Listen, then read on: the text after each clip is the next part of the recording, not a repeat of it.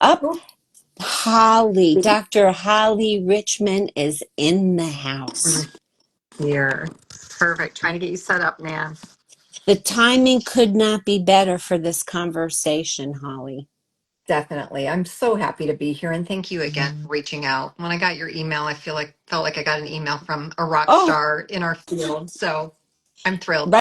right back at you. Let me try and invite Lee Moore back in. We Hmm. always have these technical issues, unfortunately, with just getting started. Usually, once we get people on, it's fine. So I'm still trying to get Lee Moore on and also Maureen. So while we're doing this, can you kind of give us a little introduction to you and how you got into this? Absolutely. So I did most of my 3,000 hours for my licensure at the Santa Barbara Rape Crisis Center. And it became obvious to me pretty quickly that I had been taught very well how to treat sexual trauma, but I didn't know how to treat the what comes next. And the what comes next to me was healthy relationships and really great sex for people who have experienced sexual trauma. So from there, how my brain worked is I couldn't study trauma if I didn't study the body, and I couldn't study the body if I didn't study sexuality. So I got a PhD in somatic psychology, body psychology, and layered that with the certification in sex therapy, and wrote my dissertation on the recovery of sexual health after sexual assault. And then, so that was 2013, 12, 13. In 2021, that turned into Reclaiming Pleasure, the book, which looks at the recovery of sexual health from all kinds of sexual trauma. So sexual Oh. abuse, harassment, all of it. Here's Lee Moore. Lee Moore's in the Hello. house. We were just getting a little background from Holly, how she got into this business. And it's really, you had to put a lot of things together. So it was like you had to get trained in the things that you needed to know. So the somatic psychology, I think, is the key to all of I this. do. Can you tell people a little bit more about what that is? So essentially it's body psychology. And for my work, and I know your work too, so I don't do touch, so it's still not touch, but it's just really looking at and studying the nervous system and how the nervous system in my case responds to trauma, how the nervous system responds to healthy connection, healthy boundaries, and pleasure. So I'll do somatic exercises with my clients, but really I'm teaching them how to expand their window of tolerance. So most of us know that language, right? So if our nervous system is on a scale of 1 to 10, 1 being very depressed, almost catatonic, 10 being full on panic attack, what we want to do is find that space of flexibility, which is pretty much between a 4 and 6. So, right? A healthy nervous system is not a relaxed nervous system. A healthy nervous system is a flexible nervous system. Right. So you're when you talk about catatonic, it's really people who are in freeze. They're Totally. frozen, Yep. dissociated, right? And then on the other extreme, it's people who are climbing out of their skin with anxiety and panic. So the somatic piece really brings people into working with their bodies and the nervous system. Because we know, if you just work with the top of the brain, we all know what we should do or what we shouldn't do. It's really hard to steer the body mind into a place of, like you said, flexibility out of the defenses. So you gave us some really good talking points that I'd like to put out there so that people know what we're going to cover. And then we can drop into start wherever you want. So how is helping survivors reclaim pleasure particularly important at this time in history? And of course, how are survivors being re traumatized by what's happening politically and culturally at this moment? What are 3 ways that survivors can be, that 3 ways that survivors can be a social declaration to make systemic changes? And how is pleasure oppositional to survivorship? So I'm going to just sit back and listen, Holly. Where do I want to start? Nan, tell me the first, the first question was, why is it important right now? Yes. Right. It is incredibly important right now in our political climate, just because we've literally been hearing language. It's time for women to step aside.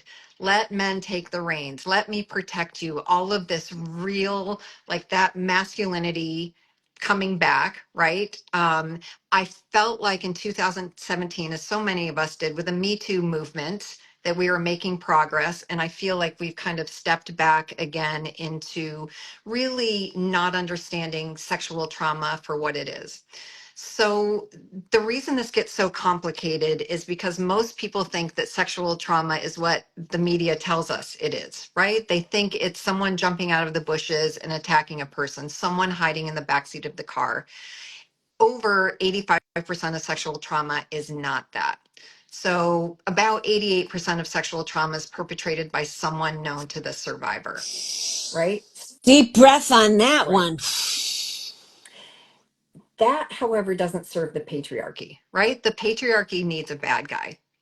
So it was amazing. Like one of the really interesting points of Me Too to me was women were saying Me Too and men were saying not me, right? So this big movement came out, and of course it's not all men, but all of a sudden we've got, sort of statistics depending on where you look. It's 1 out of 3 women have experienced some kind of sexual trauma in their life, or 1 out of 4, or 1 out of 6.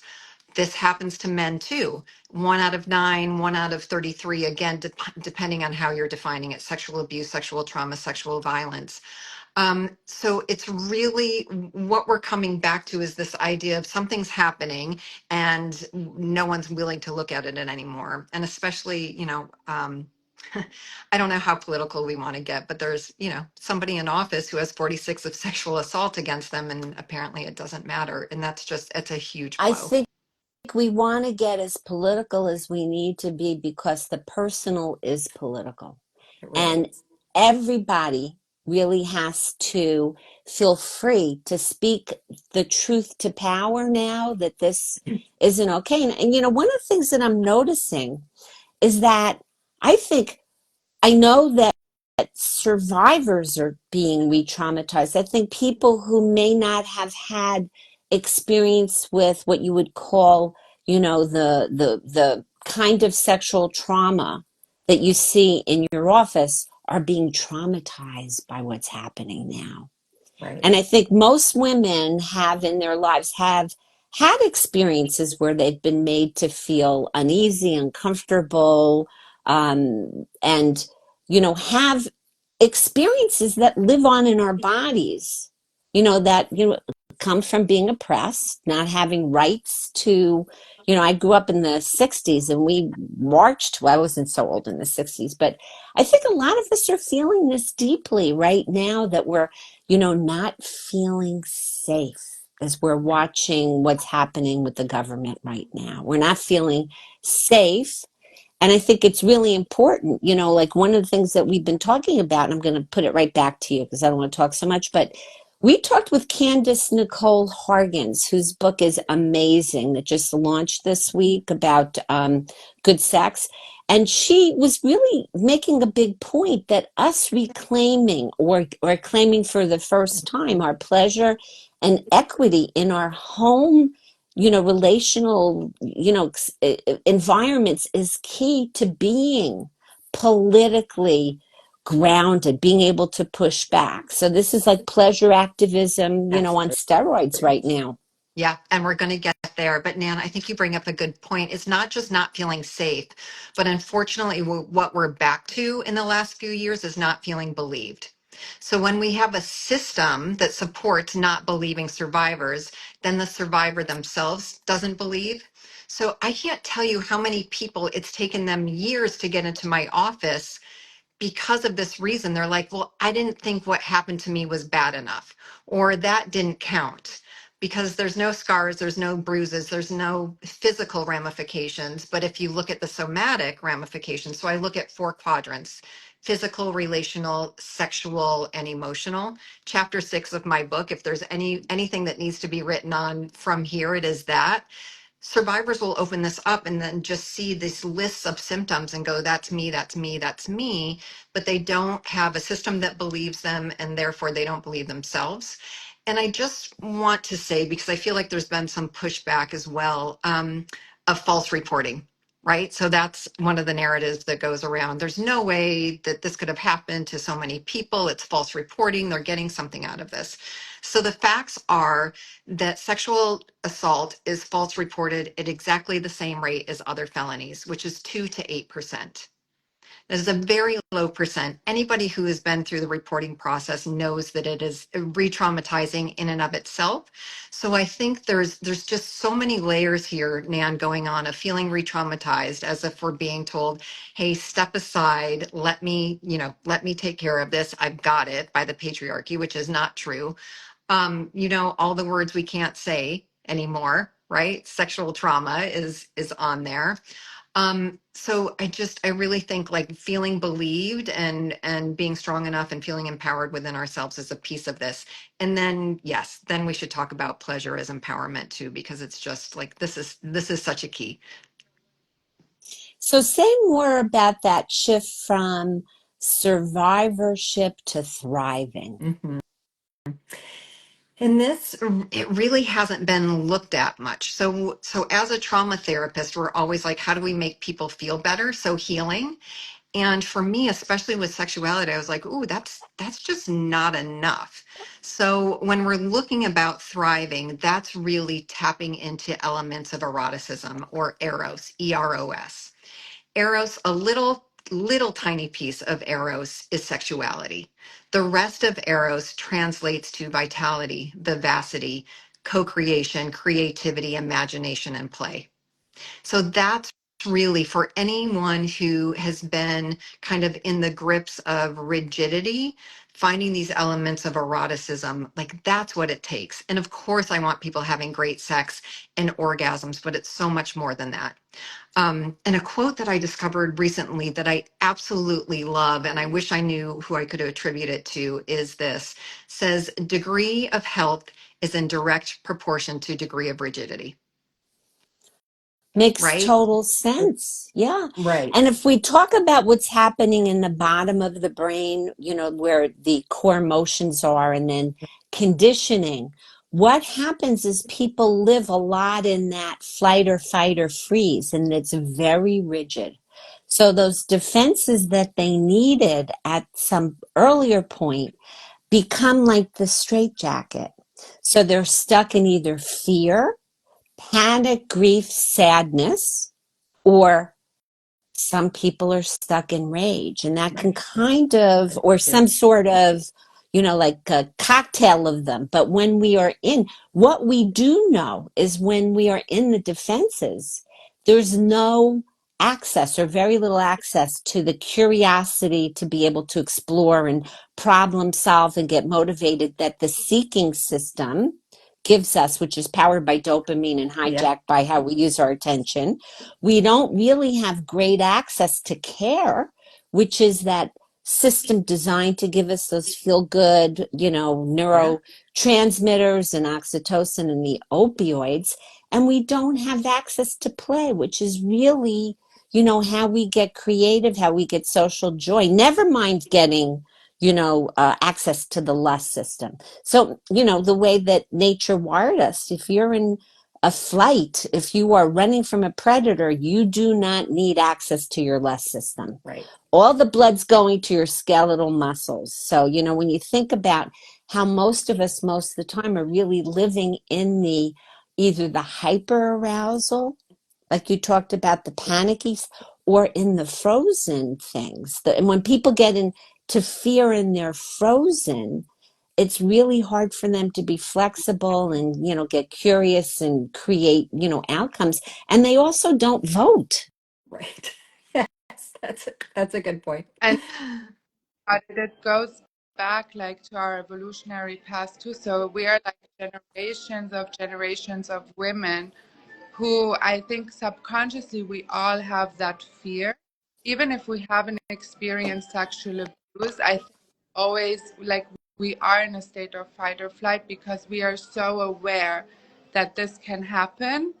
And that's what I love about your book, Holly, that it's like I always say, it's a book for anyone, Yes. because it's not if you have experienced sexual abuse, but it's like how to get out of that state of mind of the constant just fight and flight, and like you said, kind of finding like that happy balance. Right. Yeah. So are we moving up or are we moving down? Yes. So it kind of it irks me a little bit when therapists talk about grounding, because I was like, we can't ground until we know which way we're going, right? So are we in hyper arousal? Are we in hypo arousal? So hypo is going to look a little bit more chaotic, lax, collapsed. The hyper is the rigidity. And again, what we're trying to do is to get that space in the middle. Nan, I just wanted to add one more construct to the fight, flight, freeze, which is most survivors, at least most that walk in my office. On, Fawn. Yeah, we have to talk about on, fawn. So Pete please. Walker, yeah, Thank Pete Walker you. discovered and coined Thank you fawn. for Yeah, that. Thank you for yeah. that reference because in your book, I went and I'm reading his book Well, now and I'm like, he's amazing. He is absolutely amazing. It is so nice because I knew what it was before he put it so eloquently. But fawn is freeze with a smile on your face, right? Fawn is going along to get along. Fawn is doing whatever you need to do to be harmed less. And that's truly what most survivors do. And what that feels like and looks like is a lack of boundaries. And then when we have the lack of boundaries, then we're like, holy shit, I was complicit in what happened to me. And then when I feel complicit, I drop into shame. And then when I drop into shame, like there's all kinds of problems that can kick off relationally, sexually, physically, and emotionally. deep breath. I keep taking lots and lots of deep breaths the past couple of days. I've been hearing a lot from clients and colleagues about, the levels of stress that people are feeling. And that fawning thing is something that we culturally endorse for women, right? We're supposed to be pleasing and relational, not too big for our britches, not to get too angry. But again, you talk about in your book how important it is for people to embrace their anger. So it's now instead of, blaming themselves, they're appropriately angry about what has been done to them by the perpetrator. And that's anger is very good information. So, It I always say there's two pieces to every emotional activation. There is the present time information, which is where how you need to respond in the moment. Somebody's literally stepping on your toes. The rage gives you the information to tell the person, back up and have boundaries. And then there's the inflammation that happens that kind of reanimates the stored emotions in the body, the historical experiences, the restimulation. I think you use a different word for that. I hmm. always use the word restimulated, or maybe I'm thinking of Pete Walker's words, but it's like when people get so triggered sometimes in present time with situations that they don't think really warrant, that level of activation. Often it's really important to understand that the body is telling you something that you need to listen to and to be able to listen to that information, whether it's about what's happening in the present or whether it's kind of trying to reprocess stuff that's happened in the past. Right. Yeah. I think, Nan, I talk about it as the body goes without you. Right. So that's my language for it. Your body goes without you. You're sitting here and all of a sudden you're flooded with heightened emotions, whether it's hypo or hyper, and you're like, what the hell is going on? I'm safe, but my body is reacting as if. And I am a card carrying somaticizer, right? So that, and I write about what I know. So that would happen to me because my body would go without me. And it was trying to say, hey, Holly, there's something here in this moment that's reminiscent of something that happened before. It wouldn't be that I was unsafe, but my body would be sending out the alerts. And if those alerts are disruptive enough, it can have a huge impact to your system, and people feel like their bodies are out of control.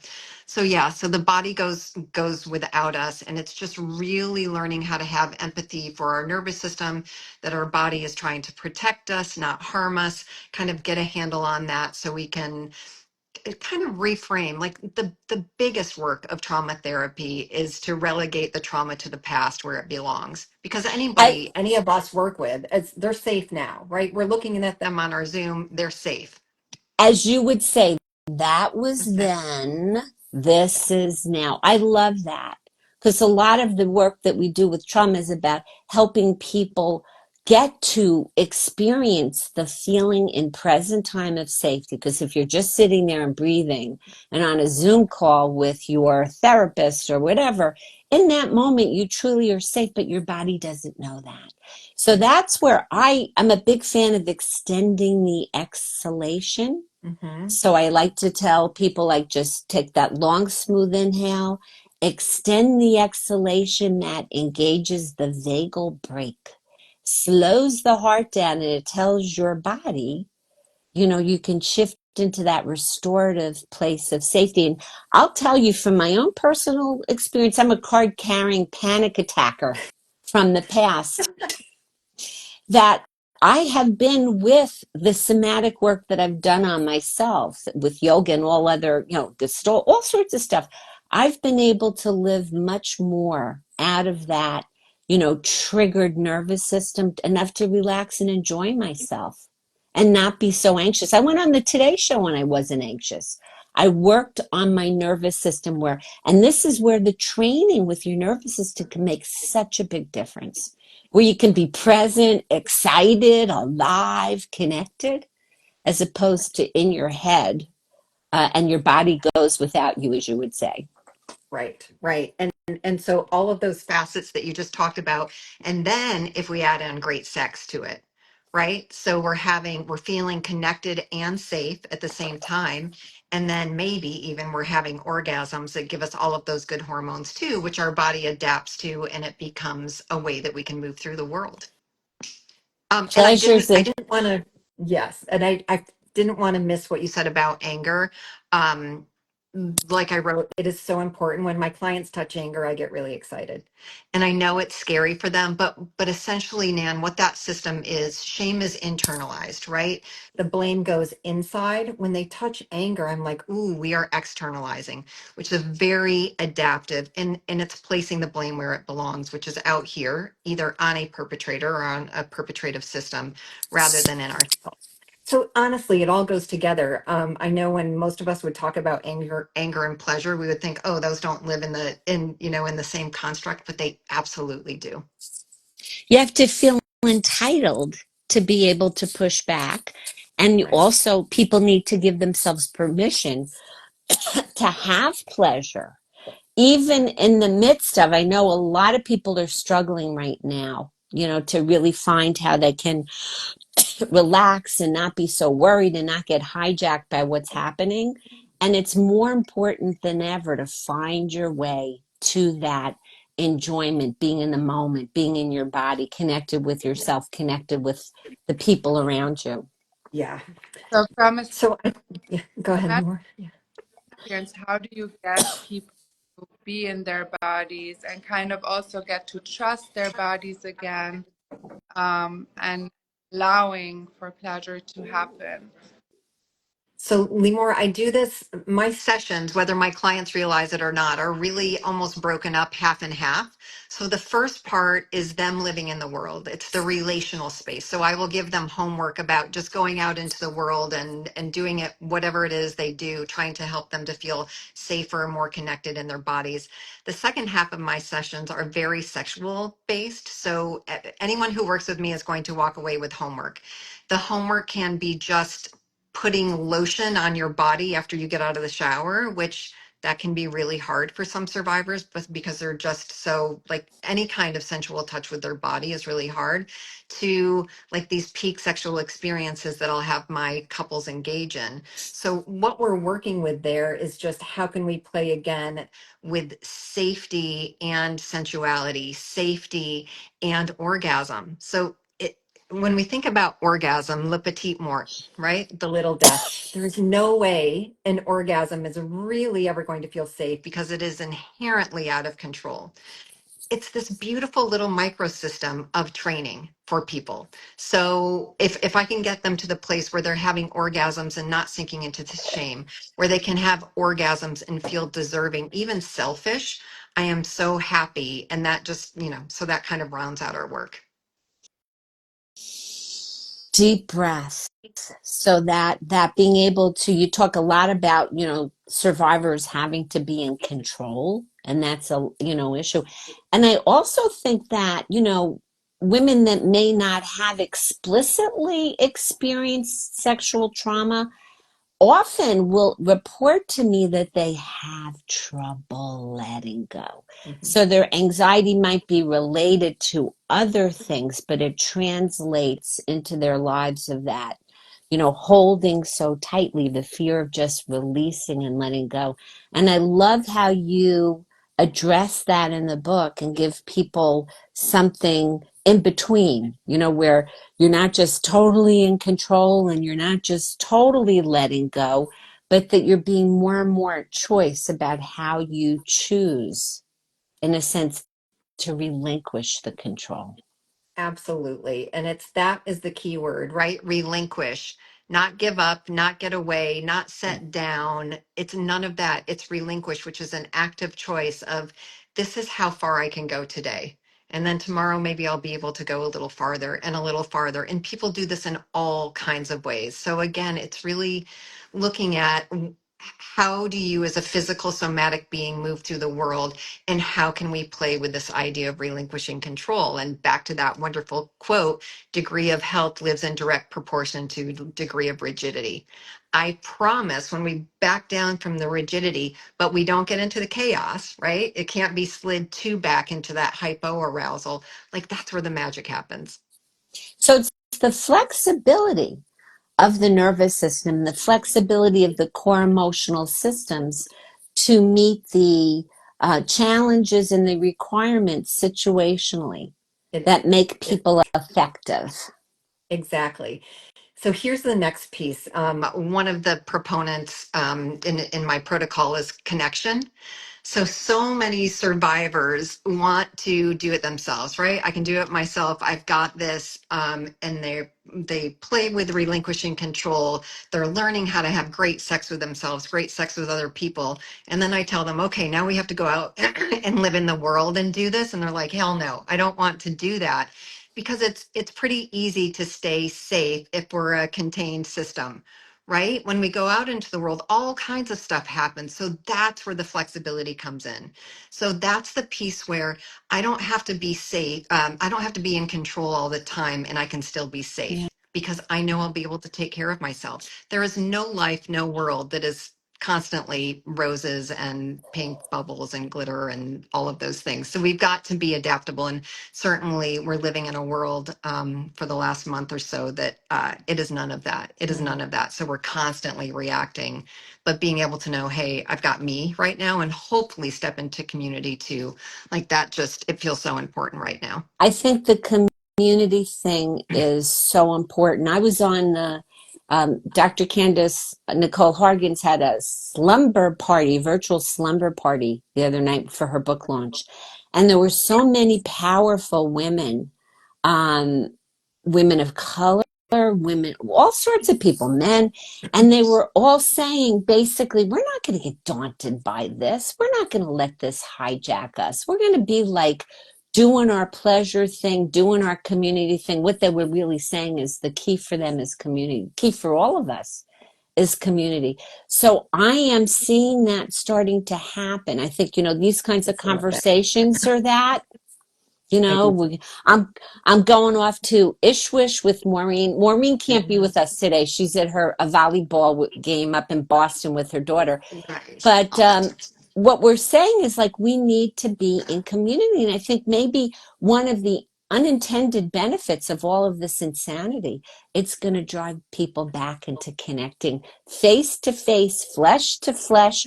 I'm going to a rally in Montclair tomorrow, which is an organizing rally, creating community, creating how are we going to navigate this together? So Right. this is getting people off of their devices as the numbing agents and into, like, you can be on your device to organize, to connect, to do things that empower us outside and off of the internet, into the Absolutely. communities. Yeah. And I think, Nan, this is the perfect transition to how sexual trauma and the reclamation of pleasure can be a social declaration. And the first way in which we can do that is to tell our stories. Because I promise so many survivors think, still to this day, think this is just me. No one else has been through this, because everybody's story is a little bit different, and probably because they were in freeze or fawn. So remember, they're feeling complicit. The shame is internalized. They don't want to step up and say anything because they don't feel like they'll be believed, or that their story is bad enough, or again, that they had some part in it. So when survivors can come forward and tell their stories, it's beautiful, it's powerful, and it really gives us that step towards connection, which we so desperately need right now. So if we speak it and we talk about it and we name it and we release the shame that keeps people from reporting, from dealing with it, from feeling that they can put this outside of themselves, we can make a really big difference. And the way I think of it too, when you talk about control, I always, well, not you, but when people feel that they need to be in control, sometimes I rephrase it and give them the idea of being in charge. Mhm. Being in charge. Yeah. Like, we can be in charge and not have to control everything. We can be in charge. We can be a choice, Right. whenever possible. Yeah, yeah. I think it's frustrating and hard for us all right now because we are not in control, but we can be in charge, right? Of certainly of ourselves and then of our community.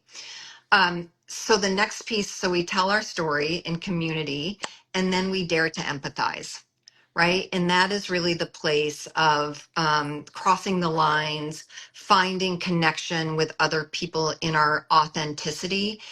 So many survivors, what I'll have to do in therapy is third person it, right? So tell me your story as if it happened to your sister, as if it happened to your best friend, as if it happened to your niece. What would you be feeling about her, or what would you feeling about them or him? And they're like, oh my gosh, I would feel so bad for them. I would want to help them. I would do anything to support them. I would let them know that they did the best they possibly could. They kept themselves safe. And I'm so glad that they did that because they're here now in front of me. Can they give that compassion to themselves?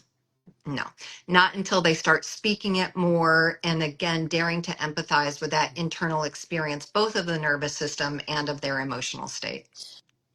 So the speaking it is an important thing that people can do. What else can people do? So my third thing is they can go out and have great sex, I like the right? sound of that. So having great sex is really the ultimate act of dissent. So, taking our pleasure in our own hands, especially for people where pleasure has been elusive, I have just the healing power of women having great sex with themselves and having great sex with others, expanding their erotic template. I can't even tell you how many women I've seen over the years who come to me and who essentially have anorgasmia. Right. And it could be because of trauma. It could be because of religion. It could be because of family systems. Getting them on a self pleasure protocol. They discover how to have the orgasm. So they're having great sex with themselves. So they're walking around with a little, pip in their step and glow in their cheeks. And then they're empowered to go out and connect relationally. And then they're empowered to go out and find their community, whether it's a queer community or whether it's at the local pet shelter or whether it's religion, whatever their community is, they feel like they can show up as an empowered human.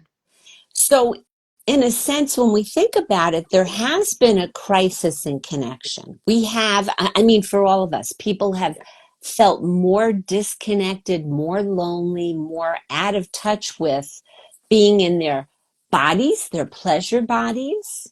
We live in our pain bodies a lot, and we're getting some really good comments in here. So, someone is saying witnesses of sexual trauma are often left with a degree of their own sexual trauma, aren't they? Say, for example, children who witness sexual mistreatment. So there is such a thing as when you are vicariously traumatized. Exactly. That's the word we want to use there. So yes, vicarious trauma, especially for those of us with super sensitive nervous systems, that is going to feel as if, right? Right. I am going to feel as if that happened to me because I have such a deep space of empathy for when I saw it happen to my dad or when I saw it happen to my brother. And I am using male bodied people here because I treat so many men Yeah. who have been perpetrated against. I know the political atmosphere right now, it makes it easy to go them, them, Right. them. And there's so many wonderful men and wonderful male survivors who I've had the chance to interact with over the last 17 years. Yeah, and it's so underreported. I participated in something at ASEC that was a presentation about how there are some pretty high rates of young men that are preded. What's the word? They're older relatives and aunties and people like that. Like think they're doing them a favor by kind of sexualizing them and having sex with them way before they're ready. And certainly, you don't want to have sex with your aunt. So there's a lot of predation that goes on for men too. So and here's another point about speaking out from Vanessa. We need more Giselle Pellicotts to show women that shame is the last feeling we should be feeling. That amazing woman in France who testified openly and was so brave and so empowering, refusing to feel shame for the acts of what were perpetrated on her. Thank you for that comment. Absolutely. I mean, I feel like that changed so much for so many survivors because, again, it didn't, I mean, that was pretty violent. But the difference, and I should have said this earlier, the difference that we really need to drive home for people is that most sexual trauma isn't violent, it's violating, right? And you In don't have to Giselle's case, be, yeah, it's not, right. doesn't have to be violent. You don't have to have any physical damage. And, because women are like kind of afraid sometimes, often to push back. You go into a freeze when you feel afraid. And so like they're protecting themselves, I think, in a way by not resisting when they feel overpowered. Then it's really, really harrowing to them, that they're like, stuck in this feeling like they've done something wrong instead of something wrong was done to them. Right, right. And they really did something right in that moment. So that freeze response, that complicit response in the moment of perpetration is very adaptive. Because can you imagine if someone tries to fight back against their perpetrators? Perpetrators are almost always bigger, stronger, faster, and more powerful, right? So if we push back, someone's probably going to get hurt worse. So that freeze and fawn are so adaptive. And that's what I work like that will take months and months and months of me saying it over and over again. You did the right thing, you did the best you could until survivors can really take that in. And I'm sure you get a lot of clients who have probably suppressed their memories, right? So when you in your book have the list of symptoms, anyone recognizes them, but they can actually not pinpoint to a specific memory, but they have problems, experiencing pleasure, especially sexual pleasure, being intimate. So maybe you can talk a little bit about that. Like, what would the process be for someone who actually has no recollection of this happening, or if this happened at a very young age? Yeah. Lee, that is such a good question. And so my language for that is unstoried trauma. Right? So, unstoried trauma, the first place survivors are going to know something's wrong and there's been issues in their life. And then they open chapter 6, which is uncovering hidden wounds, and they Mm-hmm. just see, holy shit, there I am, because there's 15 symptoms that I've been living with for the last 10 years. And I've got these little flashes or little feelings of this or that, but I have no cohesive narrative around it. So, I have so many of those clients. We don't have to remember the details in order to heal. And I also want to say right now, we don't have to ever share the details in order to heal either. So if you're a person who doesn't remember them, there's certainly help for you. If you're a person who does remember them and don't want to share them, even with your therapist or with your friends or your family, you don't have to. A good trauma therapist is going to be able to work with the feelings and the sensations and the emotions. We don't need the details. So Limor, what it comes down to then is really pinpointing their specific symptoms. Are there symptoms mostly in the sexual realm, in the physical, and the emotional or the relational? So we look at those. We're always going to start from the bottom up rather than the top down. So the bottom up, what's happening somatically, get their nervous system online, and then really give them some practices in whatever quadrant they're working with to feel more in control, more pleasure filled, and more connected. Wow. And I'm glad that you said that people do not have to give you details.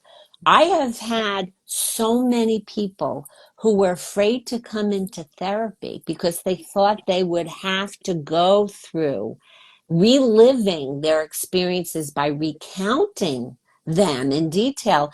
And I always say, like, we don't have to go there. It's what's going on in your body. Trauma is when things from the past live on in your body now. What we can focus is on how you're feeling and how we can help you feel, as you said, more safer, more flexible, more present, Yeah, and all of that. Because people yeah, are afraid of being re-traumatized by going into the details that they don't have to go into, unless some people find it freeing. And you can right, tell your story without being in all the detail of it if you don't want to go there. But you can give the kind of the cliff notes about how, yeah, I was hurt, I was trespassed. And right, I right. also like that you talk about the unstoried trauma, because I have tons of people over the decades that I've been working who know or feel something happened to them and they can't remember it. And it drives them crazy. They want to know, can I help them remember it? And I'm like, no, we don't have to go there. If it's Mhm. something really that you're not remembering, it may be before you could actually encode those kinds Right, of memories, that type of memory. The declarative memory isn't like online until, people are a lot older than some of these experiences, or some people dissociate when things happen, so they're not encoding, the yeah, that part of the brain isn't encoding those details. right, So it's really important to know that there's so many ways that people can make that journey in therapy to release all of this stored trauma in the body and get enlivened in the way that you talk about eros being enlivened. And there's right. so many people who are not enlivened right now. Right. Well, it's hard. It's hard to be enlivened right now, but I think now is exactly the time that we must be. So we really just this pursuit of pleasure has to be front and center for so many of us. And I know it sounds contradictory, right? Or contrary to, oh my gosh, there's so much horror happening in the world. But these are our individual systems, and then our community systems are absolutely where we need to move to because it will be healing. And the capacity for pleasure is not a luxury. The brain works on two Yeah. signals, basically pain and pleasure. And Mhm. those signals are supposed to give us information that let us be effective, right? If we're living in the pain body and we're shut down and we're not feeling the capacity to be flexible, we're not going to be effective. We're not going to be effective in our lives. We're not going to be effective in our communities. We're not going to be effective in resistance to these changes that we don't want to see. So, this, I think there's a huge opportunity here for us to get back to, I don't want to say back to the garden because it makes me sound like a hippie, which I think I am. Like the, Woodstock, get back into our pleasure bodies and back to connection with people in the real world, in real life. Yes. Yes. Man, I don't even know what I can add to that. Beautifully said. I loved your Yeah. book. Connecting with ourselves. Sorry, it's so loud. Yeah. Connecting with ourselves is the start of it. And I think what's so beautiful about what you both just said, that the sexual trauma, the experience doesn't need to define us. So basically, can because a lot of people live with that dirty little secret that's like it's always with them, right? And they feel like they're this, right? And their trauma, and so it impacts their self-worth. So I think really just going on this journey, okay, I'm freeing myself now of this, and I'm going to reclaim my pleasure, is such an empowering thing. And yes, and like Nan said, and then we can go out into the world with this new confidence as well, and knowing our worth is not what has happened to us, it's how we come out of it. Yeah. Yeah. And Lemore, I love that. And just so people thinking that they might want to step into this work but are feeling afraid, this does not start with your sexuality. So, like we've been talking about, this is going to start with how your life is structured, the things that you like to do, the things that bring you pleasure. And then we're going to add on the elements of sexuality. So, I don't want anybody to be scared out there and think if they step into sex therapy with any of us or any of the great therapists out there that they're going to be like, okay, you're going to go and start your self pleasure protocol, and then you're going to go have sex with your husband or your boyfriend, or you're going to start dating. It is not that at all. It's really first, hopefully you heard us loud and clear. It's first about getting in your body, um, getting that nervous system flexibility, discovering pleasure, what really brings you pleasure, and pleasure in service to self, not in service to your partner or partners. And then from there onto that piece of connection. You have a quote in your book, which I put out on Instagram, that the way sexual healing starts with having sex with yourself. Yes, it absolutely does. It's so critical to this.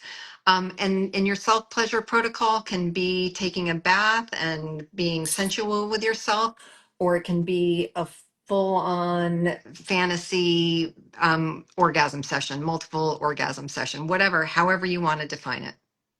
I learned so much about fantasies from your chapter about that, how people get frozen and they don't allow themselves fantasies, or they're worried about their nature. Because I get people come to me who are really uncomfortable with their fantasies.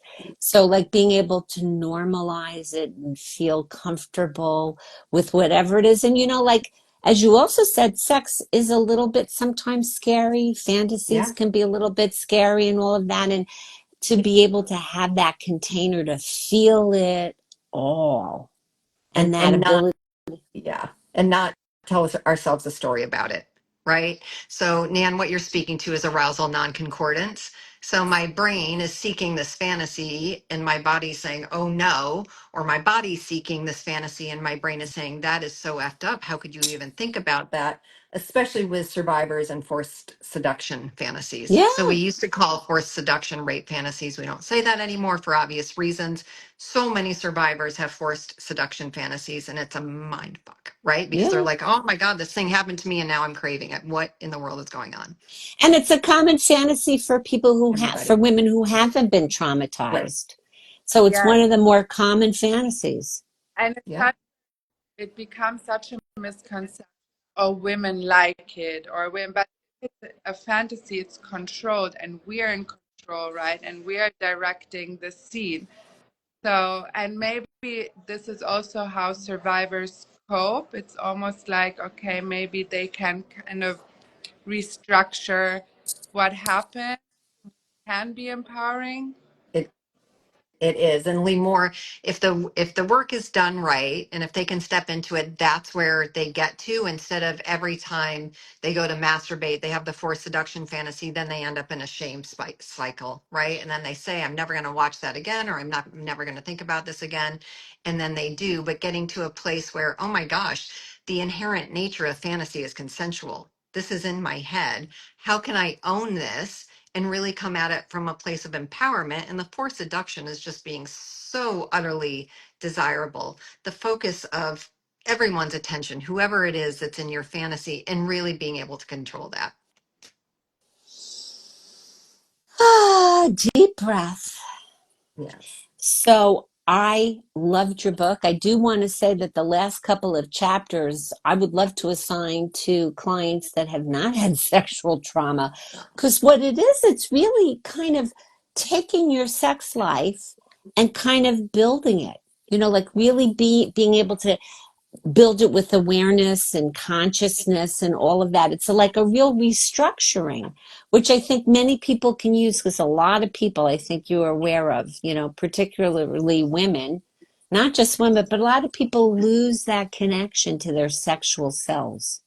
So I think it's a very important journey that we need to prioritize, and that it's worth the time and energy to think about, pleasure makes you a much more effective human being, much more effective. Your brain, mind, and body works better. Your relationship works better.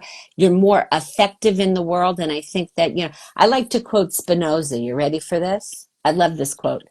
To the extent that an organism is effective, it is joyful. Mm, Spinoza. yeah. So being effective, learning how the brain, mind, body works and how to work with it makes us more effective. And I'm not talking about productive. I'm not talking about Right. doing to be okay. I'm talking about being okay. Hmm. Yeah. And again, Nan, sexuality is such a small component of eroticism. So yes, I love helping people heal their sexuality, but that's here, and the big picture of Eros is here. And when we're stepping into Eros and just like settled right in there, again, life is so much more beautiful. I would say, how do we get turned on by life? That's a Hmm. challenge. I suffer from anhedonia. I'm Yeah. a survivor of childhood abuse. I'm a fawner. I'm recovering from all of that. And, my work for me and also with my clients is like anhedonia, the inability to experience satisfying pleasure, underlies anxiety disorders, depression, a lot of mental health challenges, a lot of sexual challenges. I wrote about this in that paper on affective I loved neuroscience. it. And, and then it feeds in on itself. If you're not having pleasure, and you withdraw from life, you're going to get more depressed. The more depressed you are, the harder it is to have pleasure. And then if you're anxious all the time, you're going to end up depressed because you get depleted. So if you Right. think about, finding your way to pleasure as probably the most potent form of healing for the mind and body, the ravages of stress on the body can't be overestimated. This is our work, and I think we have our work cut out for us for the next couple of years at least. We And it's Got to keep our we also do. Yeah. um, you're giving really practical self-care tips to anyone, like any woman, mom experiences a burnout. These are things that we can implement maybe on a daily basis to just get us more into our bodies. And Yeah. this is how partners can support their partners who have had trauma, is really Yes. educate themselves on how they can hold that space for their partner for the journey so that they encourage the person to bloom. Right. I was going to say freedom. How do we support freedom here? Because that's really Freedom. what it is. Either moving out of rigidity or out of collapse and into that space of being, right? The human being instead of the human doing. So much to say here, but I think pleasure at this moment in our cultural ethos cannot be overstated. And getting us out of the collective collapse that people seem to have, Yeah. like, Which when I again, went before the election, I was out talking to young people in the stores, and I go, "Are you going to vote?" Nah, there's no point. There's like a mm, collapse. There's a feeling of cynicism. Cynicism is not good. There's a great book I'm going to recommend. It's called The Hope for Cynics: yes, you told me. The Surprising Science of Human Goodness. And actually, people are much better, their hearts are good, they're more trustworthy than people believe. So I think if we can get into out of that cynicism and into connection and really get to be out of the house, off of the devices, and into the world with each other, we're gonna see some big kind of healing, I think, happen during this challenging time. I do too. I do too. Thank you so much, Thank Holly. you. Thank you Is so there much. Is there anything that you wanted to add to what we've discussed? I don't want to just, No, disconnect. I mean, No, no, no. I think we covered it all. You asked such good questions. I think, Nan, what I said to you the first time you and I sat down together, I love that you study anhedonia. And I think that is really, that's such an interest to me in as far as trauma goes and as far as sex therapy goes. And I have a feeling our listeners are going to be interested too. So many of us are anhedonic and we don't know it. So it's really how do we find those places of pleasure for ourselves, and again, sexual and non-sexual, just within the system of eroticism. So Yeah. let's support ourselves, each other, the people that we see, to Yeah. remind them of this and to really support one another in this journey. We're in this together, all of us. Yeah. Thank you, Well, you guys. This thank was you so fantastic. Really, much. Lee Moore, anything you wanted to add? I just want to add everyone needs to read this book. It's not just for survivors, but for anyone Oh, who, look, I have one here. It's reclaiming pleasure. And I think this should be, I think this should be a necessary reading for all therapists too. Because so many yeah, therapists are too afraid because they just don't get this, education, and they're afraid. People are afraid to. When it really is, you can really lean into it and be. The more comfortable we get as people, Yes. the more that we can connect with clients and each other to process this stuff. Yes. Thank Thank you so you, much. guys. All right. Have a great weekend. Thank you for everybody joining us. And we'll be back next week with Kate Balistrieri to talk about her book, What Happened to My Sex Life? She's so fabulous. Oh Yay. my All right. I'm gonna God, pop back she's on. brilliant. She's the Okay, best. bye. Bye. thank Love you you, everyone. guys. Thank Thank Bye. you. Bye. you. Bye bye.